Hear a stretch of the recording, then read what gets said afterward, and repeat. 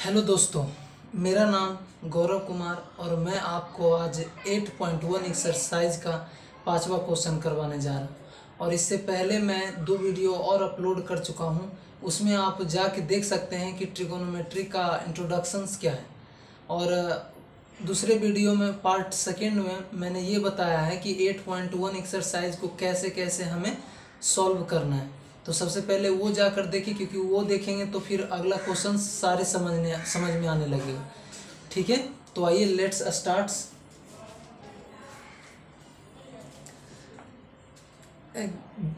पांचवा क्वेश्चन हम बताने के लिए जा रहे हैं। पांचवा क्वेश्चन ध्यान से देखिएगा। इसमें दे दिया गया given sec theta is equal में 13/12, यानी कि 13 दिया गया है कि सेक थीटा बराबर में 13/12। Calculate all other trigonometric ratio, और ज्ञात करने के लिए कह रहा है कि मतलब और सब जो रेशियो हैं वो ज्ञात कीजिए। तो मैं सेक थीटा बराबर सेक थीटा इज इक्वल में 13/12 ये दे रखा है, और फाइंड ऑल ट्रिगोनोमेट्रिक रेशियो, ये ज्ञात करने के लिए करा है। ठीक है, तो इस मैं हिंदी में भी लिख देता हूं कि सेक थीटा बराबर ये तो दिया है, तो ज्ञात करें, ज्ञात कीजिए कि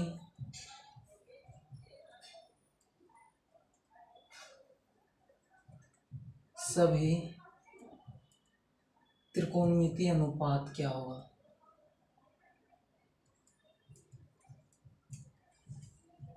सभी त्रिकोणमिति का अनुपात।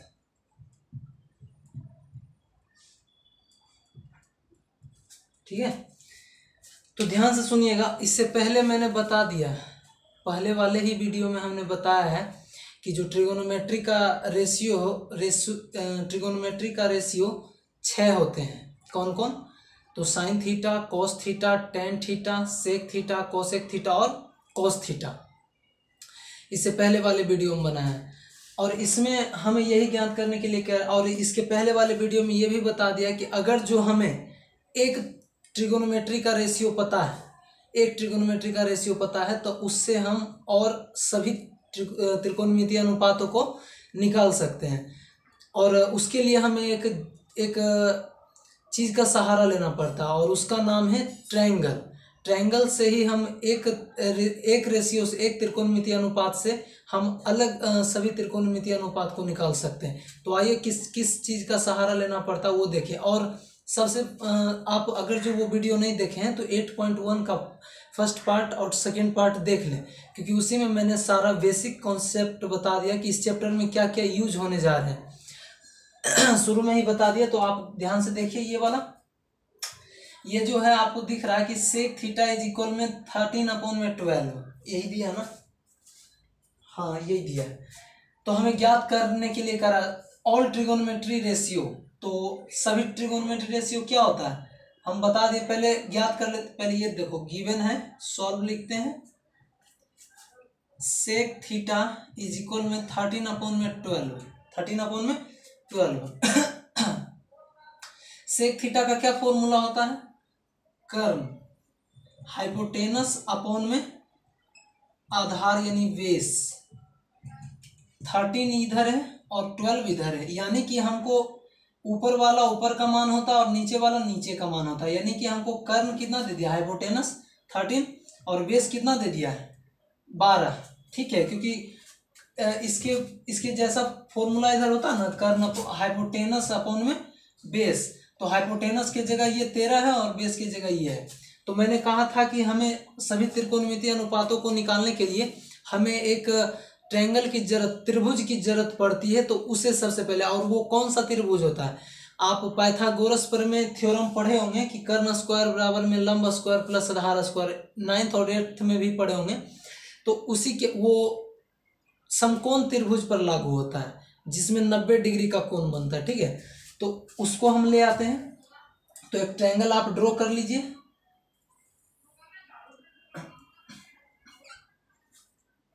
ए बी और सी, ए और बी और सी, हमने एक ट्रायंगल ड्रॉ कर लिया और यहाँ पर 90 डिग्री सब्स्टिट्यूट कर दिया, यानी रख दिया। फिर उसके बाद में क्या करना, हमें कर्ण कितना दे दिया है भाई 13, 13 हाइपोटेनस कितना दे दिया है 13, यानी कर्ण हमें 13 दे दिया है।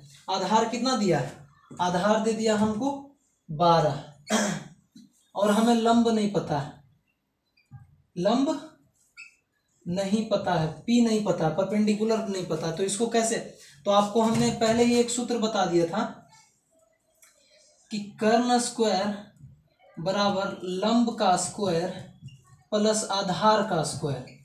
तो कर्ण का स्क्वायर हमें दिया है तो उसको लिख दो 13, कर्ण कर्ण दिया ना तो कर्ण के जगह लिख दो, उस पर स्क्वायर हो तो स्क्वायर डाल दो। हम ऐसे घेर देते हैं, आप ऐसे भी दे सकते हो, ठीक है, ऐसे भी दे सकते हो। घेर देने से ये अंदर में पैक रहता है अच्छा से। लंब दिया ही नहीं है तो लंब को ज्यों का त्यों रहने दो। फिर प्लस आधार कितना दिया है, आधार 12 दे दिया तो 12 का स्क्वायर, ठीक है। 13 का स्क्वायर आप जानते हो निकालने के लिए 13 गुने 13 कर लो तो यही 13 का स्क्वायर होता है। तो 169, 13 गुने 13 कीजिएगा ना, 3 3 9, 3 3 6 और 1 1 1, आप कर लीजिएगा डायरेक्ट, ये है ट्रिकली मेथड। अगर जो ट्रिक समझना चाहते हैं गुना वाला तो आप कमेंट कीजिए, हम उसको ट्रिक पर भी एक वीडियो बना देंगे, सारे ट्रिक बता देंगे कि कैसे गुना किया जाता है, कैसे भाग किया जाता है ट्रिक द्वारा। तो आपका जो कैलकुलेशन है वो इजी तरह से हो जाएगा। तो 13 का स्क्वायर इतना होता है, लंब ज्यों का त्यों लिख दो एज इट इज। फिर प्लस 12 का स्क्वायर 12 गुने 12 यानी 144। ये 144 मैंने कहा था कि अगर जो बराबर है, बराबर किस साइड आएगा, तो 144 प्लस प्लस में है तो माइनस में आ जाएगा, तो 169 माइनस में 144। अब बराबर में यहाँ क्या है, लंब का स्क्वायर, इधर बच गया लंब का स्क्वायर, क्योंकि इसको उठा के इस साइड कर दो, इसको इस साइड ट्रांसफर कर देना है। 159 में 144 घंटेगा तो 25 शायद होगा। इधर इधर लंब का स्क्वायर, ये वर्ग है तो वर्ग है तो इधर जाएगा तो वर्गमूल में, यानी इधर स्क्वायर है तो इक्वल की इस साइड आता है तो रूट स्क्वायर में आ जाता है, स्क्वायर रूट। तो उसके बाद में 25 हो गया, ये वर्ग है तो इधर आया तो वर्गमूल में, इधर लंब ज्यों करते हो। 25 का वर्गमूल निकालने के लिए हमने पहले ही बता दिया कि ऐसे कर लो एलसीएम मेथड से। तो ये हो गया 25 को हम लिख सकते हैं 5 गुने 5, 5 गुने 5 है बराबर लंब। फिर इसको गुना करेंगे तो 25 ही आ जाएगा। तो क्या फर्क पड़ा, थोड़ा सा हमने फॉर्म चेंज किया, इसके रूपों को चेंज करके निकालते हैं आंसर। स्क्वायर रूट में तो आप जानते हैं कि 2 में 1 बाहर निकलता है, 2 में क्या निकलता है, 1 बाहर निकलता है स्क्वायर रूट से अंदर, यानी वर्गमूल का ये रूल होता है कि 2 अंदर में है तो 1 बाहर निकलेगा, बाकी खत्म। तो लंब की 5 निकलेगा, लंब पहले लिख देते हैं और यहाँ पर 5 लिख देते हैं निकाल के, 5 सेंटीमीटर। आपका ये आ गया कर्ण ना लंब, तो ये 5 आ गया हमारे पास लंब, ठीक है। अब हमें क्या कर रहा है, लंब तो आ गया 5, फिर उसके बाद में हमें कर रहा है then find all trigonometric ratio, यानी कि ज्ञात कीजिए कि सभी त्रिकोणमिति का अनुपात क्या है। तो अनुपात तो पहला ये तो दिया ही है, पहला हम निकाल लेते हैं साइन का। साइन थीटा बराबर क्या होता है सूत्र, लंब अपोन में यानी परपेंडिकुलर अपोन में कर्ण यानी हाइपोटेनस। तो हमारा परपेंडिकुलर कितना है 5 और हाइपोटेनस 13। फिर निकाल लेते हैं कॉस थीटा, और कॉस थीटा का आप जानते हो कि क्या होता है, कर्ण अपोन में आधार अपोन में कर्ण, बेस अपोन में हाइपोटेनस। आप इसको यहीं से निकाल सकते हो कि कॉस थीटा का उल्टा होता है सेक थीटा, तो सेक थीटा का भी तो उल्टा ये होता है, तो इसको हम उलट के लिख देंगे तो बात वही हो जाएगा। ये देखिए हो गया, तो 2 त्रिकोणमितीय अनुपात निकला है। अब ये मैं मिटा दे रहा हूँ, इसको इरेज कर रहा हूँ, आप पॉज करके रोक के इसको उतार लीजिए।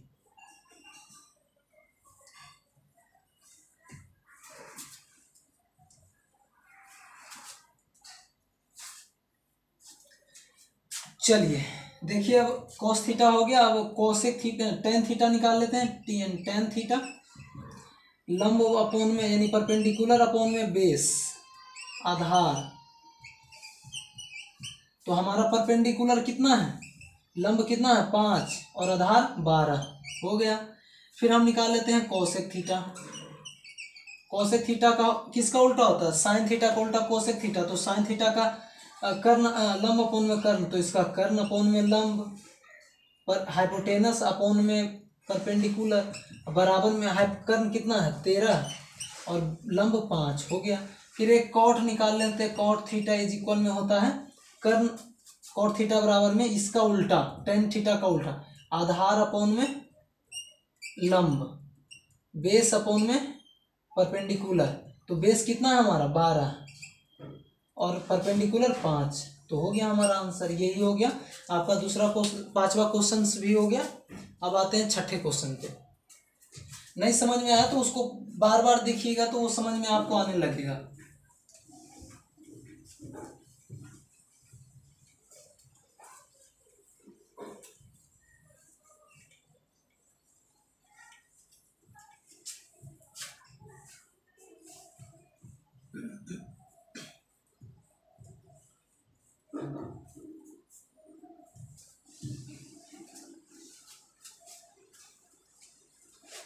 सिक्स क्वेश्चन में क्या करा, इफ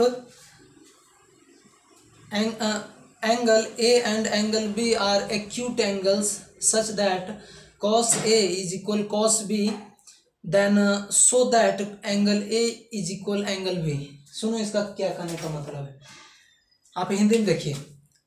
हमें एक एक्यूट एंगल यानी कि न्यून कोण दिया है। न्यून कोण एक क्या कहते हैं, जिसे कि जो 0 डिग्री से 90 डिग्री के नीचे हो उसे न्यून कोण कह सकते हैं, और समकोण उसे कहा जाता है जो 90 डिग्री का हो। और उसके बाद में संपूरक कोण है, अधिक कोण है, बहुत सारे हैं, ठीक है। तो आते अधिक कोण 90 और 180 के बीच में होगा। चलो आओ, तो सबसे इससे पहले आपको 6ठे क्वेश्चन देखने से पहले एक चीज आपको माइंड में रहना चाहिए। सबसे पहले आप 9th में अच्छे से नहीं पढ़े हो तो यहाँ पर देख लो कि क्या है वो है। ध्यान सुनना, अगर जो कोई ट्रायंगल है हमारे पास, अगर कोई ट्रायंगल है ABC, अगर कोई हमें ट्रायंगल दिया है, अगर जो ये वाला देख लिए तो आपका 6ठा क्वेश्चन, हम जानते हैं कि 6ठा क्वेश्चन अधिक बच्चों का वो डाउट में रहता है, तो उसको हम क्लियर कर देते हैं कि कैसे वो बनेगा। अच्छे से तहे दिल से देखना, समझ में आ जाएगा। ABC एक ट्रायंगल ले लिए, तो एक बात इसमें एक 9th में थ्योरम मतलब प्रमेय कहा गया है, ये 9th में कहा गया है कि अगर जो ये कोण 60 डिग्री का है और ये भी कोण 60 डिग्री का है, दो कोण आपस में बराबर है, तो उसके आमने सामने के भुजा भी बराबर होता है। उसके आमने सामने की जो साइड है वो बराबर, यानी कि ये 60 डिग्री है, ये 60 डिग्री है, तो ये 5 होगा, तो ये मजबूरन हमें 5 लिखना पड़ेगा। ये आप 6 नहीं लिख सकते हैं, 6 लिखेंगे तो गलत हो जाएगा, 6 नहीं लिख सकते, मजबूरन ही हमें 5 लिखना पड़ेगा। यानी कि जितना एंगल, अगर एंगल बराबर हो, कोण बराबर हो दो, तो उसके सामने वाले जो भुजा होते हैं वो भी बराबर होते हैं।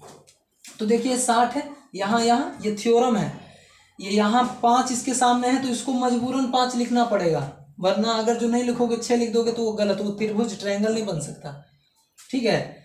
अगर जो हम ये कहें कि ये 50 डिग्री है और ये 45 डिग्री है, तो क्या हम इसको लिख सकते हैं 5 है तो ये 5? नहीं, ये गलत हो जाएगा, ठीक है।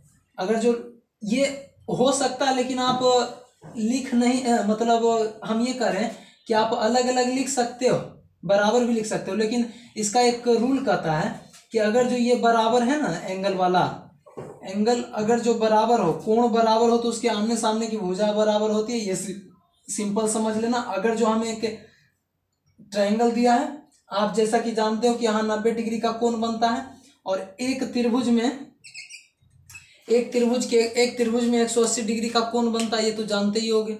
एक त्रिभुज में 180 डिग्री का कोण बनता है, जिसे यहाँ 60, तो ये भी 60, तो ये भी 60 है। एक त्रिभुज में 60 डिग्री का कोण बनता है।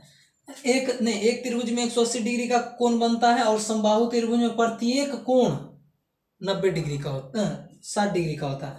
और समकोण में, समबाहु में और ये समकोण में एक कोण तो 90 डिग्री का तय रहता है, हमेशा रहेगा। समकोण में समकोण में यही रहता है, एक कोण 90 डिग्री का, राइट एंगल, ठीक है।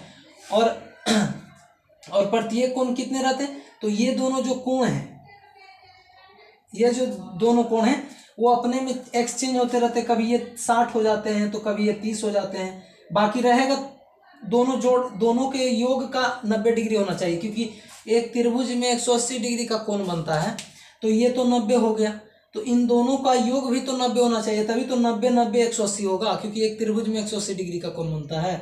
तो अगर जो ये 45 है, 45 डिग्री है, तो ये हमें 30 लिखना गलत हो जाएगा, मजबूरन हमें इसको 45 डिग्री देना ही पड़ेगा। अगर जो ये 60 डिग्री है,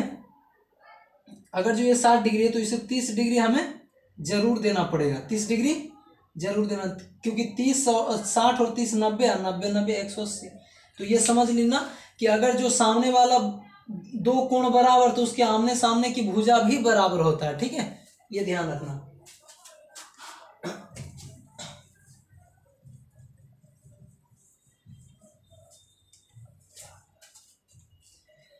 चलिए अब क्वेश्चन पे आते हैं। कह रहा ना कि कोण ए और बी एक एक्यूट एंगल है, यानी कि कोण ए कौमा कोण बी एक न्यून कोण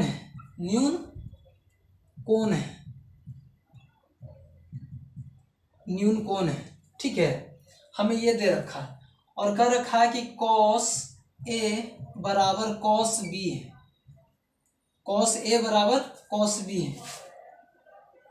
इसका इंग्लिश में लिख लेना, कोण ए कोण बी इज एक्यूट एंगल,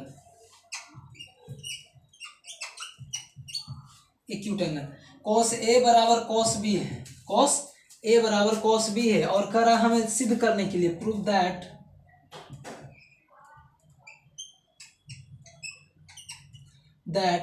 कोण ए इज इक्वल में कोण बी, यानी कि सिद्ध करने के लिए करा, सिद्ध करें कि कोण ए बराबर कोण बी है, ठीक है। तो इसको कैसे करेंगे? हमें एक दो एंगल दे दिया है जो क्या है, न्यून कोण है, यानी कि हम ऐसे एक ट्रायंगल ड्रॉ करते हैं, ठीक है। ए क्या दिया, ए बी सी ना, ए बी और सी, क्योंकि हमें देखो हमें दे दिया है ए और बी क्या है, न्यून कोण है, तो हम बी को यहाँ मत लिख देना, क्योंकि यहाँ 90 डिग्री का कोण बन रहा है और 90 डिग्री का कोण समकोण बनाता है। ये तो ए और बी क्या दिया, न्यून कोण, तो न्यून कोण इधर ही हो सकते हैं 90 डिग्री से छोटा, ठीक है, यहाँ ही हो सकता है न्यून कोण। इधर आप नहीं लिख सकते बी, क्योंकि यहाँ दिया है कि बी है जो B is acute angle and न्यून कोण, ठीक है। तो यहाँ आप बी नहीं रख सकते, यहाँ भी रखिए। इतना कर दिया, फिर उसके बाद में हमें और दे दिया, सॉल्व लिखो, जो दिया था वो यहाँ से जो दिया था वो लिख लिए, सॉल्व कर रहे हैं। तो हमें ये दे रखा है कि कॉस ए बराबर में कॉस बी, कॉस ए बराबर में कॉस बी। तो यहाँ से स्टार्ट करो कि सबसे पहले कॉस ए बराबर में कॉस बी लिखो, कॉस ए बराबर में कॉस बी, ये लिख लिए। अब सबसे पहले ध्यान सुनना, मैं सेकेंड पार्ट में मैं जो वीडियो अपलोड किया हूँ उसके सेकेंड पार्ट में 8.1 एक्सरसाइज के मैंने ये कहा था कि जो यहाँ पर एंगल बना है इसके अनुसार हम लंब और आधार को एक्सचेंज करते हैं, क्योंकि जो इस एक्सरसाइज में वही इम्पोर्टेंट वैसा इम्पोर्टेंट एक और थ्योरी है, मतलब बताया गया है कि एंगल के अनुसार आप लंब और आधार देखिए, ना कि लंब खड़ा है तो ये हो गया लंब और ये आधार हो गया, नहीं।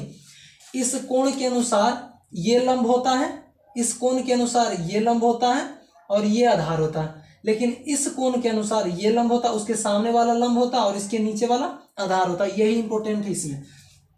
तो देखो कॉस ए बराबर में हमें क्या दे दिया है, कॉस बी, और ये देखो ये 90 डिग्री है ना, तो ये 45 और 45 हम कर सकते हैं, लेकिन अभी रुको, सबसे पहले यहाँ देखते हैं।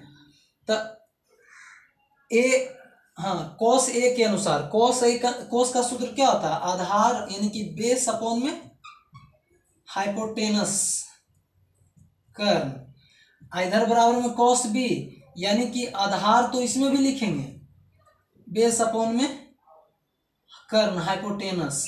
लेकिन याद रखना कि यहाँ बी के अनुसार चलेगा। अब देखो कैसे, ए के अनुसार आधार बटे कर्ण, तो आधार किधर है? ए के अनुसार, ए के अनुसार आधार, ये तो सामने वाला लंब होता है और इसके बगल वाला ही आधार होता है, यानी ए सी क्या हो जाएगा हमारा? आधार अपॉन में कर्ण तो चेंज ही नहीं होता, तो ए भी लिख दो बराबर। अब फिर कोस बी के अनुसार, अब इसको देखेंगे बी के अनुसार, कोस बी के अनुसार आधार कौन है? कोस बी के अनुसार ये रहा, क्योंकि बी के एंगल बी के अनुसार देखेंगे कि आधार कौन है, तो ये, तो आधार क्या हो जाएगा हमारा? बी सी अपॉन में कर्ण कौन हो जाएगा? ए बी, तो ए बी लिखेंगे। ठीक है, अब जानते हो ऐसे काटने का विधि, ये नीचे नीचे कट जाता है, खत्म। बच गया क्या ऊपर में? तो बच गया हमारा ए सी बराबर में बी सी, ए सी बराबर में बी सी, ये हमारा हो गया ए सी बराबर में बी सी। तो इतना तो आप समझ गए कि ए सी बराबर में बी सी क्या है? बराबर है, ए सी है, ए सी है किधर है? ए सी है जो बराबर है किसके? बी सी के, तो बी सी के। और हमने जस्ट अभी इसके पहले भी कहा था कि अगर जो जिसका दो एंगल बराबर हो तो उसके सामने वाला भुजा भी बराबर होता है, लेकिन इसका उल्टा भी कर सकते हैं कि जिसका दो भुजा बराबर हो तो उसके सामने वाला एंगल भी बराबर होगा। जैसे कि देख लो, यहाँ पर हमने ये ट्रायंगल ड्रॉ किया था, हमने कहा था कि ये 60 है और ये 60 है, तो इसके सामने वाला भुजा भी ये 5 है, तो ये भी 5 होगा, ये वाला भुजा, इसके सामने वाला भुजा। लेकिन ये कह दे कि ये 5 है, ये भी 5 है, दो साइड 5 है, तो क्या ये बता सकते हो कि कितना होगा? तो जितना भी होगा यहाँ पर एंगल, जितना भी कोण बनेगा वो दोनों ही बराबर होंगे, ना कि अलग अलग। ध्यान सुनना, अगर जो दो साइड बराबर हो तो उसके आमने सामने के कोण भी बराबर हो जाएंगे, यानी कि 60 ये है तो इसको मजबूरन 60 होना ही पड़ेगा, ऐसा हो ही नहीं सकता कि ना हो। यहाँ देखो simple, A C is equal में बी सी, तो जब हमें ए सी दे दिया है बराबर बी सी के, तो इसके सामने वाला भुजा के सामने वाला एंगल क्या है? कोण ए, कोण ए बराबर इस भुजा के सामने वाला क्या है? इस भुजा के सामने, क्योंकि ये दोनों बराबर, इस भुजा कोण बी, तो देखो आ गया कोण ए बराबर कोण बी। यहाँ पर लिख देते हैं, यहाँ पर एक ये वाला उतार लिए, ये वाला पॉज करके उतार लो, फिर उसके बाद में हम इसके बाद लिखते हैं कि कैसे हुआ।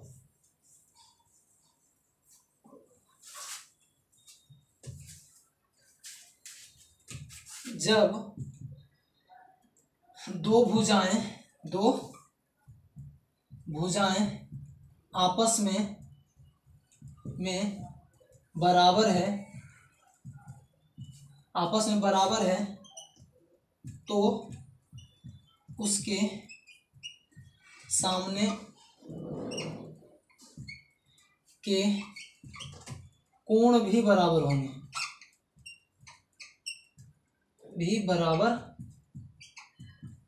होंगे,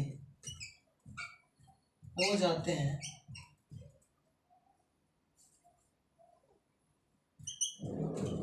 ठीक है, इसी प्रकार इसके बाद में ये लिख लेना। ठीक है, ये वाला पॉइंट तो याद रहेगा कि जब भुजा बराबर दो हो तो उसके आमने सामने के कोण भी बराबर, तो ये प्रूव हो गया, यही हमें तो निकालना था, प्रूव। ठीक है, ये थ्योरी लिख देना, ये वाला लिख दोगे तो एग्जामिनर समझ जाएगा कि क्या बच्चा कहने के लिए कह रहा है, वरना ऐसे आप इन सब इसमें तो आप सबका डाउट ही रहता है।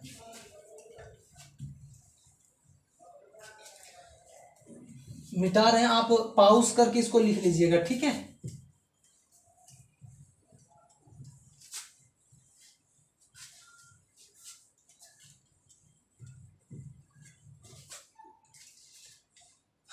अब आते हैं 7 क्वेश्चन पे।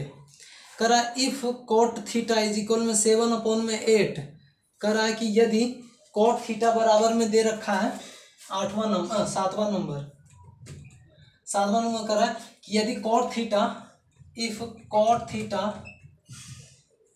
बराबर 7/8, बस ये भी वही है 7/8, इवेल्युएट यानी कि इसको इवेल्युएट कीजिए। मानिए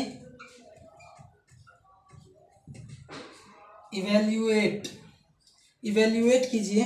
पहला क्वेश्चन कर रहा है कि 1 प्लस में साइन थीटा इंटू 1 माइनस में साइन थीटा अपॉन 1 प्लस में कॉस थीटा और 1 माइनस में कॉस थीटा, ये करा। और दूसरा ज्ञात करने के लिए करा कॉट स्क्वायर थीटा। तो सबसे पहले ध्यान से सुनिएगा। सबसे पहले मैं ये आपको बता दूं कि ट्रिगोनोमेट्री एक ऐसा चैप्टर है जिसको आप कई तरह से सॉल्व कर सकते हैं। मैं ऐसे इस तरह से बताऊंगा इसको तो आप कहेंगे कि ये गलत है, वो सही बताते हैं, वैसे बनाना चाहिए। तो मैं अगर जो कहोगे तो मैं इसका बहुत तरह से बता सकता हूँ, एक ही तरह से नहीं होता है। आप जितना इजी ढूंढोगे उतना इजी बताएंगे, जितना हार्ड सोचोगे उतना हार्ड बताएंगे। इसका लॉन्ग प्रोसेस भी और शॉर्ट प्रोसेस भी है। मतलब ये ज़्यादा लॉन्ग भी जाता है, मतलब लंबा भी जाता है, और छोटा में भी ये बन जाता है। छोटा में कैसे बनता है वो मैं आपको बता देता हूँ। आप तो इसका वो पहले निकाल लीजिए, सॉल्व लिखिए, और उसके बाद में सबसे पहले काम यही करना है कि आपको देखना है कि 7/8 है, यानी कि ये क्या है, लंब कॉट थीटा का सूत्र क्या होता है, आधार बटे में बेस बटे में परपेंडिकुलर लंब, और 7/8 यानी कि आधार कितना है 7 और लंब कितना 8। तो हमसे वो निकाल लेते हैं। एक ट्रायंगल को ड्रॉ कीजिए। हमें लंब और आधार दिया है तो कर्ण निकाल लेते हैं, ठीक है। कर्ण निकालो। लंब कितना दिया है 8 और आधार 7, तो हमें ये निकालना, ये निकाल लेते हैं पहले। तो निकाल लेते हैं कर्ण स्क्वायर बराबर में, सूत्र मैंने बताया था, लंब का स्क्वायर प्लस में आधार का स्क्वायर, यानी हाइपोटेनस का स्क्वायर बराबर में बेस का स्क्वायर प्लस में परपेंडिकुलर का स्क्वायर प्लस में बेस का स्क्वायर। तो कर्ण हाइपोटेनस एज इट इज वही रह जाएगा। लंब कितना है 8 का स्क्वायर प्लस में बेस 7 का स्क्वायर, ठीक है। यहाँ कर्ण का स्क्वायर इज इक्वल में 8 का स्क्वायर 64 प्लस में 7 का स्क्वायर 49। हाइपोटेनस का स्क्वायर बराबर में ऐड कर दो, 9 4 13 3 6 4 10 1 11, ठीक है। इतना 113 हो जाएगा। ये स्क्वायर है तो उधर जाता तो स्क्वायर रूट में चल जाता, इधर वर्ग है तो उधर जाता तो वर्गमूल में, रूट अंडर 113, ठीक है। इतना आप निकालिए। कर्ण आपका कितना निकल गया, रूट अंडर 113 निकल गया। हाइपोटेनस आपका यही निकल गया, ठीक है। अब इसको मैं मिटा देता हूँ। अब सबसे पहले आते हैं क्वेश्चन पे। फर्स्ट क्वेश्चन में क्या निकालने के लिए कर रहा है, इसको भी मिटा देते हैं। हमको पहले इसमें क्या चाहिए था, किस लिए चाहिए निकाले, हमें क्या जरूरत था इसको निकालने के लिए। ये देखो, हमें पहला क्वेश्चन में दे रखा था 1 प्लस में साइन थीटा, और साइन थीटा का फॉर्मूला होता है लंब बटे में कर्ण। तो लंब तो हमें पता था, कर्ण पता था नहीं, इसीलिए हम पहले निकाल लेते हैं वो, उसके बाद में क्वेश्चन को सॉल्व करते हैं। फर्स्ट क्वेश्चन में दे रखा है 1 प्लस में साइन थीटा, 1 माइनस में साइन थीटा अपॉन में 1 plus cos theta into 1 minus में कॉस थीटा। आप इसको कई तरह से सॉल्व कर सकते हो, एक ही तरह से नहीं। जैसे मैं बता रहा हूँ वैसे सॉल्व नहीं किया जा सकता है, और बहुत तरह से किया जा सकता है। मैं उसका सिर्फ दिशा बता देता हूँ, आप खुद कर लेना, वरना मैं करवा दूंगा बाद में, क्योंकि मैं अभी जो सही लेवल है जिससे बनाया जा सकता है इजी तरीका से, उससे मैं बता रहा हूँ, ठीक है। आप क्या कर सकते हैं कि आप सबसे पहले क्या कीजिए कि साइन थीटा का फॉर्मूला क्या होता है, लंब अपॉन में कर्ण। तो लंब और कर्ण नीचे डाल के कर लीजिए। अभी फर्स्ट बार में ही डाल दीजिए सबका मान, और उसके बाद में यहाँ पर एलसीएम और यहाँ भिन्न के जोड़ आएगा, यानी फ्रैक्शंस का सब्ट्रैक्शंस ऑफ फ्रैक्शंस, और यहाँ subtractions of addition of fractions, यहाँ एडिशन ऑफ फ्रैक्शंस और यहाँ सब्ट्रैक्शंस ऑफ फ्रैक्शंस। तो यहाँ पर आएगा भिन्न के जोड़, यहाँ भिन्न के घटाओ, यहाँ भिन्न के घटाओ, यहाँ भिन्न के जोड़। वो कैसे होगा मैं बाद में बता दूंगा। अभी आते हैं फिलहाल अपने टॉपिक पे। आप 9th में और 8th में और पीछे बहुत बार पढ़ चुके हो कि a square minus B square का फॉर्मूला होता है a प्लस बी, इधर नहीं, a square minus B square का फॉर्मूला होता है a plus B into A minus B, ठीक है, इतना होता है। तो आप वही वाला फॉर्मूला यहाँ पर भी लगा सकते हैं, इसको ए मान लो और इसको बी, तो ये अपने आप ए हो जाएगा और ये बी हो जाएगा। देखो तो ए plus B into A minus B आ रहा है, यहाँ भी इसको ए मान लो और इसको बी मान लो, ए मान लो बी मान लो, तो देखो क्या हो गया, ए plus B into A minus B. तो आप इससे आप आगे कर सकते हैं, तो क्या हो जाएगा सूत्र, ए plus B into A minus B का फॉर्मूला होता है ए स्क्वायर माइनस बी स्क्वायर। तो ए का स्क्वायर यानी एक का स्क्वायर फिर माइनस बी का स्क्वायर, तो बी का स्क्वायर बी कितना साइन, तो साइन थीटा का स्क्वायर, साइन थीटा का स्क्वायर अपॉन में उसी के प्रकार ये देखिए एक का स्क्वायर माइनस बी का स्क्वायर, क्योंकि ए plus B into A minus B वही फॉर्म में कॉस थीटा का स्क्वायर, ठीक है, इतना कर ली। एक का स्क्वायर एक ही रहता है, फिर माइनस माइनस। अब देखना है साइन थीटा का फॉर्मूला क्या होता है, साइन थीटा का फॉर्मूला होता है लंब अपॉन में कर्ण, तो उस पर स्क्वायर है तो स्क्वायर लिख दो, और नीचे में वन का वन माइनस में कॉस थीटा का फॉर्मूला आधार बटे में कर्ण होता है, तो इसका स्क्वायर कर लो। वन माइनस में लंब कितना है 8 और कर्ण रूट अंडर 113, इस पर स्क्वायर है तो स्क्वायर लिख दो, नीचे वन माइनस आधार अपन में कर्ण 7 बटे में रूट 13। एक बार देख लेते हैं पीछे सही से आ रहा है या नहीं, चलो ठीक है आ रहा है, ओके। फिर उसके बाद में क्या है, आप इतना कर लीजिएगा, और उसके बाद में क्या करना, अब देखो ये जो स्क्वायर है ना, ये ऊपर का भी स्क्वायर रहता है, घेरा ये घिरा हुआ है, तो ये इसका भी, ये ब्रैकेट का ये रूल है कि ये इसका भी है और ये स्क्वायर इसका भी है, तो ठीक है मैं ऊपर वाला मिटाता हूँ, नीचे जगह नहीं है, अच्छा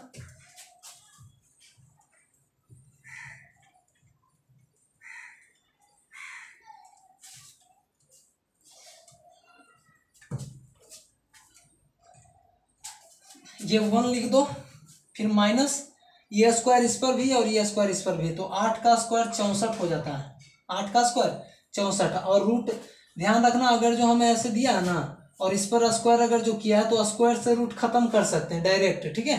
अगर जो नहीं करने का मन है तो मैंने बताया था कि 4 का स्क्वायर मतलब 4 गुने 4, उसी प्रकार रूट का 1 अपॉन में रूट का स्क्वायर बराबर में रूट 113 गुने में रूट 113 कीजिए, और फिर जानते हैं कि गुना कीजिएगा तो ऐसे आ जाएगा 113 गुने में 113, गुना कीजिएगा तो अंदर आ जाएगा ना, तो 2 में से 1 बाहर निकलता है तो ये बाहर निकल गया, एक वही आ जाएगा। आप डायरेक्ट काट सकते हैं कि स्क्वायर से रूट खत्म हो गया तो 113 ही बचेगा।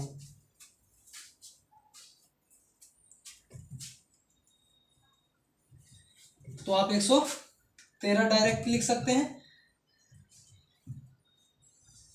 अब ध्यान से देखिए, और नीचे 1 है माइनस 7 का स्क्वायर, ये स्क्वायर इस पे भी है और इस पर भी है, तो 49 हो जाता है, अपॉन में 113 का स्क्वायर रूट स्क्वायर करेंगे तो रूट अंडर 113 का स्क्वायर 113 ही रहेगा, नीचे कुछ नहीं तो 1 रहता है, इसके भी कुछ नहीं तो 1, अब एलसीएम तो आप ले ही सकते हो, 113 ही आएगा। एक को कितना बार पढ़ें कि 113 आ जाए, तो 113 ही बार पढ़ना पड़ेगा, तो यहाँ 113 लिख देंगे।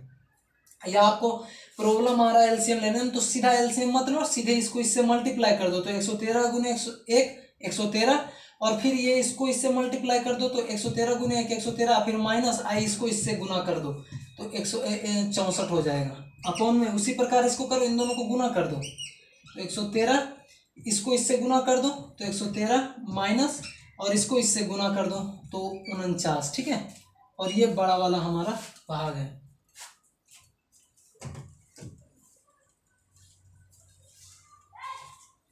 अब देखते हैं, सब्ट्रैक्ट करो, घटाओ, तो घट के कितना आ जाएगा हमारा 13 में से 4 गया तो 9, और फिर 10 में से 6 गया तो 4, अपॉन में 13, फिर उसी प्रकार 13 में से 9 गया तो 4, और फिर उसके बाद में 10 में 4 गया तो 6 64, अपॉन में 113, ठीक है। फिर बराबर लिख देते हैं, हम जैसा कि जानते हैं ये बड़ा वाला भाग है 49 लिख दो, अपॉन में 113, भागा को गुना में चेंज कर दो तो ऊपर नीचे वाला ऊपर और ऊपर वाला नीचे, तो 113 ऊपर चला जाएगा और 64 नीचे, ठीक है, 113 से 113 खत्म, तो 49 बटे में 64 आपका आंसर आ गया। ठीक है, ये आपका हो गया फर्स्ट क्वेश्चन।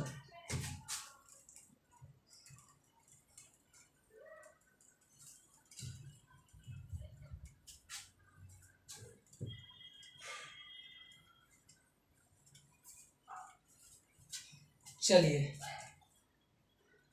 अब आते हैं, हमको दूसरा क्वेश्चन पे आना है। दूसरा क्वेश्चन इजी है, कोट स्क्वायर थीटा। इसको तो डायरेक्ट आप कर सकते हैं। कोट थीटा का फॉर्मूला क्या होता है? आधार अपॉन में लंब, बेस अपॉन में परपेंडिकुलर, इसका स्क्वायर करना है। तो स्क्वायर करना है तो आधार का कितना 7, तो 7 अपॉन में लंब 8, इसका स्क्वायर, यह स्क्वायर इस पे भी, यह स्क्वायर इस पे भी, तो 7 का स्क्वायर 49, 8 का स्क्वायर 64। ये आपका आंसर हो गया दूसरा।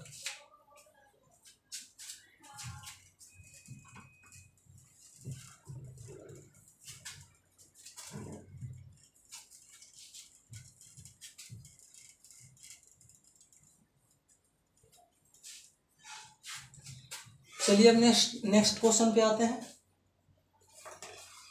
पहला को 8वां क्वेश्चन में क्या कर रहा है? यदि if 3 cot A is equal में 4, चेक वेदर 1 माइनस में tan स्क्वायर A अपॉन में 1 प्लस में tan square A is equal cos square A minus में sin स्क्वायर A और नोट है या नहीं, बराबर करने के लिए कर रहा है। यानी कर रहा है 8वां क्वेश्चन में कर रहा है कि हमें दिया है 3 cot A इज इक्वल में 4 दिया है, तो चेक करने के लिए करा check whether 1 minus tan square A upon में 1 प्लस में tan square A is equal में cos स्क्वायर A माइनस में sin स्क्वायर A बराबर है या नहीं। हमें यही सिद्ध करने के लिए करा ये इसके बराबर है या नहीं। ठीक है, हमें ये इधर वाले को LHS कहते हैं और इधर वाले को RHS कहते हैं। ठीक है, क्योंकि दोनों को एक साथ सॉल्व करना थोड़ा सा वो हो जाएगा, लेंदी हो जाएगा, डिफिकल्ट हो जाता है। तो इस साइड वाले को LHS लेफ्ट हैंड साइड, इधर वाले को RHS राइट हैंड साइड, और बीच में जो रहता है तीन ठो दिए रहते हैं, तो बीच में वाले को कहते हैं मिडिल हैंड साइड MHS। ठीक है, अब आते हैं चेक पर। सॉल्यूशन हमें दे रखा है cot A इज इक्वल में 4। ध्यान से सुनना, cot A इज इक्वल में 4। ये सबसे पहले मैंने पीछे वाला वीडियो में मैंने सेकेंड पार्ट में ये बता दिया है कि ये जो गुना में है ना, ये गुना में है तो ये नीचे आता तो भाग में आ जाता है, यानी कि cot A इज इक्वल में 4 अपॉन में 3 आ जाता है, 4 अपॉन में 3। तो अब देखो ये क्या दिख रहा है, cot का फॉर्मूला होता है आधार अपॉन में लंब, तो कितना दिया 4 अपॉन में 3, आधार दे दिया है 3 और लंब दे दिया है, नहीं आधार दे दिया 4 और लंब दे दिया 3। तो आप यहाँ पर एक सर्कल ड्रॉ कीजिए। क्यों कर रहे हैं ये, क्या वजह है करने का? क्योंकि हमें ये आधार दिया लंब दिया, यहाँ तो हो जाएगा लंब बटे आधार, तो इसी से निकल जाएगा। लेकिन इधर वाला फॉर्मूला पर जो बैठाना रहता है हमें, वो कैसे होगा, उसका मान कैसे रखेंगे? यहाँ पर होता आधार बटे कर्ण, तो कर्ण यहाँ पर दिया नहीं, इसीलिए कर्ण पहले निकाल लेते हैं। तो कर्ण निकाल लीजिए एक साइड कहीं पर कॉपी में, इसको रख दीजिए ABC। यहाँ 90 डिग्री का कोण बनता है। ए के अनुसार देखेंगे, ए के अनुसार कोट ए के अनुसार लंब आधार कौन है, आधार तो नीचे वाला ये तो 4, और ए के अनुसार लंब कौन है, तो ए के अनुसार लंब ये है तो 3 हो जाएगा। ठीक है, तो कर्ण कैसे निकलेगा, तो कर्ण वही फॉर्मूला लगा दो, कर्ण स्क्वायर बराबर में लंब का स्क्वायर प्लस में आधार का स्क्वायर, हाइपोटेनस का स्क्वायर प्लस बराबर में परपेंडिकुलर का स्क्वायर प्लस में बेस का स्क्वायर। कर्ण जे एज इट इज यही लिख दो, हाइपोटेनस लंब का स्क्वायर 3 का स्क्वायर प्लस में आधार का स्क्वायर 4 का स्क्वायर। कर्ण एज इट इज यही रहने दो, 3 का स्क्वायर 9 और 4 का स्क्वायर 16, 16 में 25 हो जाते हैं, 25। ये वर्ग है तो उधर गया तो वर्गमूल में, यानी इधर स्क्वायर है तो उधर जाएगा तो स्क्वायर रूट में। 25 और 25 का वर्गमूल 5, मैंने कितना बार निकाला है पीछे 5। ठीक है, तो आप समझ लीजिएगा कर्ण हमारा 5 आ गया। बस यही तक था, बाकी तो अब सब हो ही जाएगा।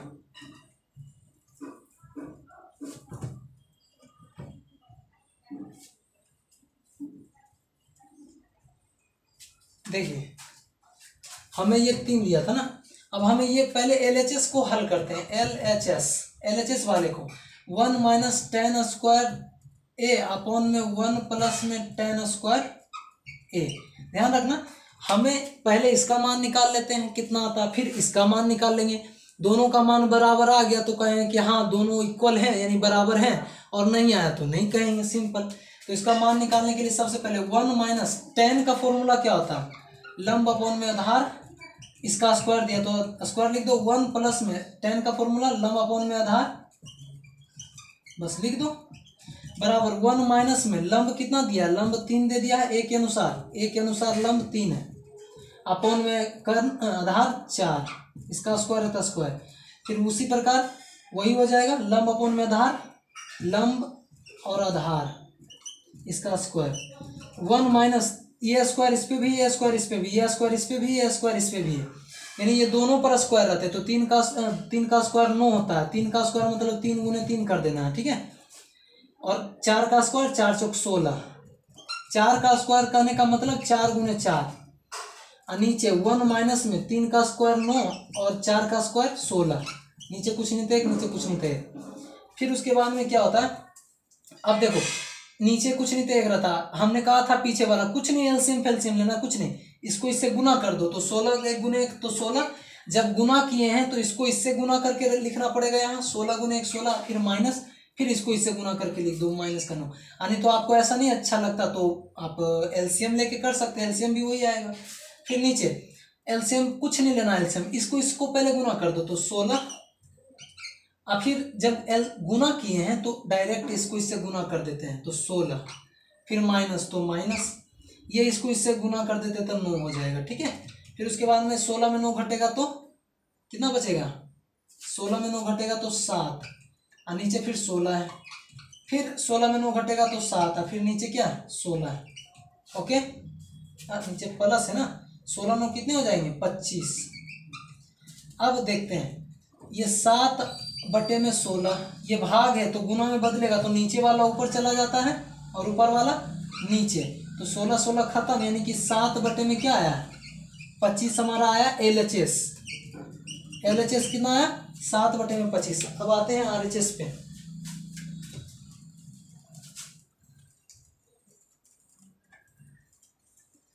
आप इसको पॉज करके लिख सकते हैं, यानी रोक के आप स्टॉप करके लिख सकते हैं इसको।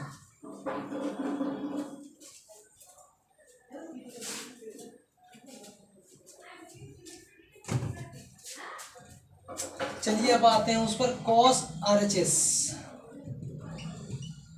cos स्क्वायर ए माइनस साइन स्क्वायर ए, ये निकालने के लिए कह रहा था। cos का फॉर्मूला क्या होता है, आधार बटे में कर्म, स्क्वायर दिया तो स्क्वायर, माइनस इसका लंब अपॉन में कर्म, उसका स्क्वायर।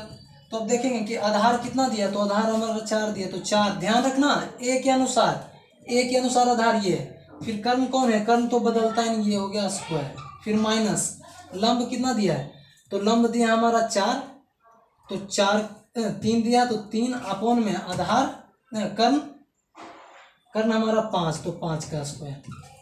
अब इसको हल करेंगे, ये स्क्वायर इस पे भी और ये स्क्वायर इस पे भी, तो 4 का स्क्वायर 16 और 5 का स्क्वायर 25, फिर माइनस ये स्क्वायर इस पे भी और ये स्क्वायर 9 हो जाएगा और 25 हो जाएगा।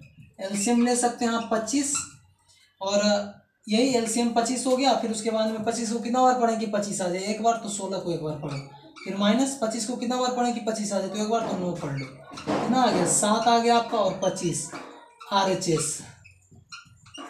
अतः हम कह सकते हैं कि LHS therefore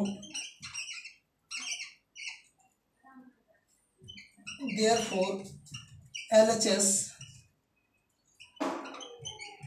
अतः LHS बराबर RHS है, प्रूव हो गया, काम खत्म आपका। ये आज का 8वां क्वेश्चन करवा दिया मैंने। तो आई होप आपको अच्छा लगा होगा, और अच्छा लगा तो आप सिर्फ शेयर कीजिए और इधर उधर शेयर कर दीजिए, सब्सक्राइब कीजिए, और इसको ध्यान से कॉपी कलम के साथ लिखिएगा, क्योंकि एक बार देख लेने के बाद दोबारा देखने का जरूरत ना पड़े, इसलिए आप इसको कॉपी में नोट डाउन कर लीजिएगा, क्योंकि वीडियो देखने से बार बार आपका नेट खत्म होता है, फिर समय भी व्यर्थ होता है। वीडियो में 1 घंटा देखोगे तब ये होगा, ऐसे कॉपी में पलट पलट के देख लोगे। तो ठीक है, थैंक यू।